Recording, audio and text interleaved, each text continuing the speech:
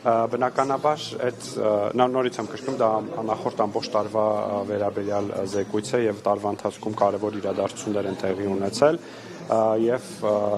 պետք է հաշվի նստել այդ իրողությունների հետ։ Այնուամենայնիվ ես ասեմ, որ Հայաստանի եւ Ադրբեջանի միջև վերջի շրջանում տեղի ունեցած իրադարձությունները եւ գործընթացները ենթադրում եմ այդ վտանգների եւ ռիսկերը որոշ առումով կամ շատ մեծ առումով կմեղմեն, հատկապես ռազմական բաղադրիչի հետ կապված, հաշվի առնելով, որ Հայաստանն ու Ադրբեջանը նախաստորագրել են խաղաղության համաձայնագիրը, սկսել են որոշակի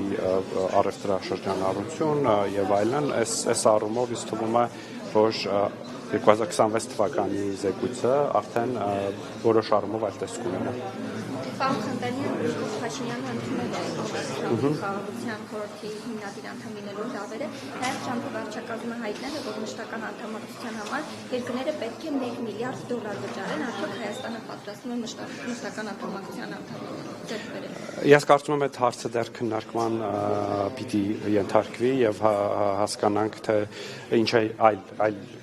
պարտավորություններ է այդ խաղաղության խորհրդի կանոնադրությունը ենթադրելու, բայց շատ կարևոր է, որ Հայաստանը եւս հրավեր է ստացել այս կարևոր նախաձեռնությանը մասնակից դառնալու։ Դուք եթե հիշում եք, նախորդ տարի Եգիպտոսում նաեւ խաղաղության գագաթնաժողովը տեղի ունեցավ Միացյալ Նահանգների նախագահի նախաձեռնությամբ եւ Հայաստանի վարչապետը մասնակցեց այդ գագաթնաժողովին եւ սա ըստ էության այդ process-ի շարունակությունն է, նախ եւ առաջ նպաստելու Գազայի հատվածում խաղաղության հաստատմանը, բայց նաև նպաստելու միջազգային խաղաղության ջանքերին, իսկ Հայաստանը գիտեք, որ մշտապես պատրաստ է մասնակից լինել միջազգային այդ գործընթացներին։ Այսինքն դեռ պետք է քննարկվի, հասկանալու համար պետք է այդքան գումար վճարել, թե ոչ։ Ես ճիշտն ասած այդ պետք է նախ կանոնադրության տեքստը եւ մյուս փաստաթղթերին ծանոթանալ եւ հասկանալ, թե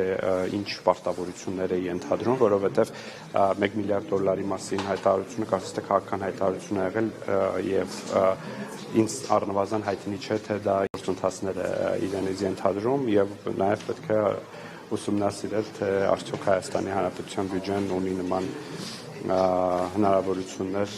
այդ գործընթացի մասնակցելու համար, բայց այնուամենայնիվ ընդունելով այս առաջարկը Հայաստանը դառնում է այդ ֆորմատի հիմնադիր անդամ։